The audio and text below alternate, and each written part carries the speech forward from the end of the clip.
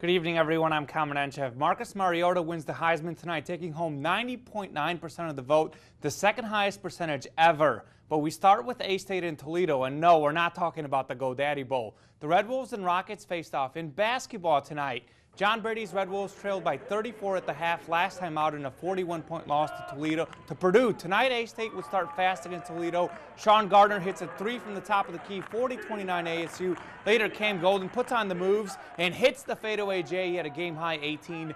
The Red Wolves led 42-37 at the half, but the second half was all Rockets. About 13 minutes to go, and Nathan Booth gives Toledo its first lead since 2-0. From there, Toledo wouldn't look back. The Rockets win 73-65. The Red Wolves dropped to 2-4. The Hogs played Dayton. First half, Antoine Bell with a corner three, you bet. 30-14 Razorbacks.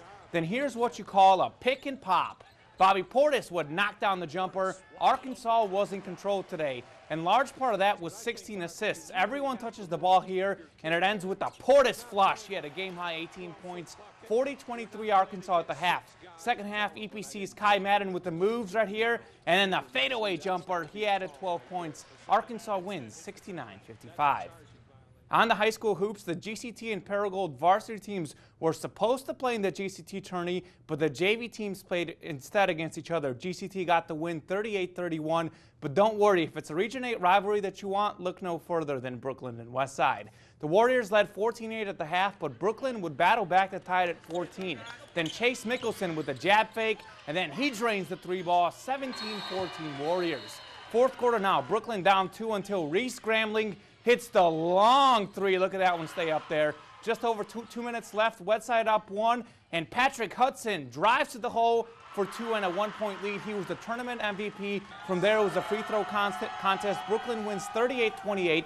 And the Bearcats are fired up as they take the pre-holiday tournament. Marmaduke played the host school Paragould in the McDonald's Shootout Championship. First quarter, a great look, and Sydney Walker scores down low, 2-0 Lady Rams. Then Walker returns the favor with a great bounce pass to a cutting Kelly Baldwin, and she finishes strong for 2.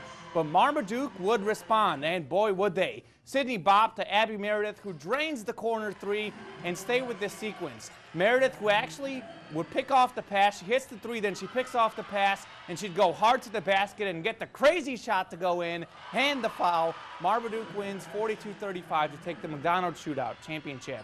Jonesboro played Dexter in the third place game. Second half, Star Taylor takes it hard to the rack right here, and she would finish for 2 off the backboard. Her dad, Trooper Taylor, loves it. The Arkansas State defensive back coach makes many of her games. Jonesboro was in control today. Here come the Hurricane on the break. Johnson to McCullough to Webb for 2.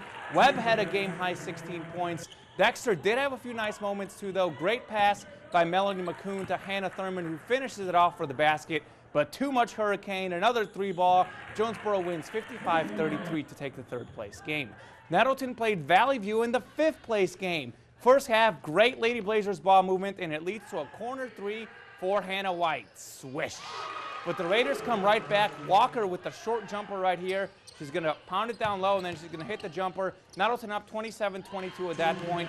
Then Maya Kimbrough in the corner looking for the pass, but the D's not close enough, so she says, why not? Let me drain this three.